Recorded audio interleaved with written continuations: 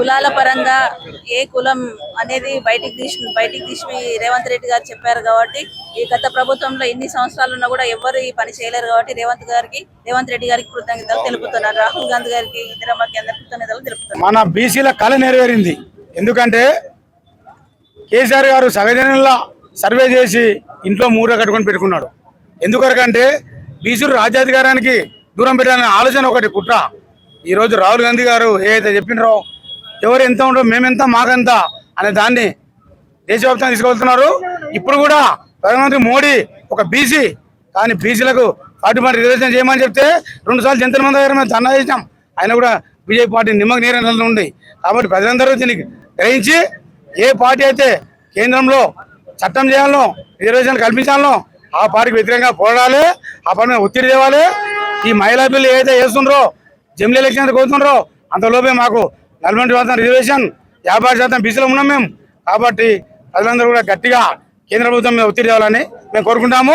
ఈ బీసీలకు కులగన చేసినందుకు కొరకు మేమందరం కూడా తెలంగాణ ప్రజలందరూ కూడా రాహుల్ గాంధీ గారికి కానీ, రేవంత్ రెడ్డి గారికి, ఎమ్మెల్యే ఎన్ఎస్ చౌదరి గారికి కృతజ్ఞతగా భాగంగా ఉంటామని చెప్పేసి కాంగ్రెస్ పార్టీ సెంట్రల్ అధికారంలో తీసుకోవడానికి మేము కోరుతామని కోరుతాం. సమగ్ర కుటుంబ సర్వే ద్వారా గతంలో సర్వే చేసినా ఎక్కడ మా ఆధిపత్యం పోతుందో అని చెప్పి గత ప్రభుత్వం బయట పెట్టకుండా ఎస్సీ, ఎస్టీ, బీసీ, మైనార్టీ వర్గాలను మోసం చేసి వాళ్ళ ఆధిపత్యాన్ని వాళ్ళు ముందుకు తీసుకుపోయే ప్రయత్నం చేస్తే రాహుల్ గాంధీ గారి ఆదేశాలతో మొట్టమొదటిసారి దేశం మొత్తంలో కూడా మన ప్రభుత్వంలో మన ముఖ్యమంత్రి మన పాలమూరు బిడ్డ రేవంత్ రెడ్డి గారు ఆ ధైర్యం చేసి కులగణనను బహిర్గతం చేసి ఏ కులము అంటే ఒక 3-4 కులాలే బయటికి కనిపించినా అన్ని కులాలను పరిగణలోకి తీసుకొని ఏ కులము ఎంతమంది ఉన్నారని చెప్పి, ఏ కులంలో ఎంత జనాభా ఉందని చెప్పి బహిర్గతం చేసి మేమెంతో మాకంతా అనే నినాదానికి ఆ యొక్క శక్తినిచ్చి రాబోయే కాలంలో అన్ని వర్గాలు, అన్ని కులాలకు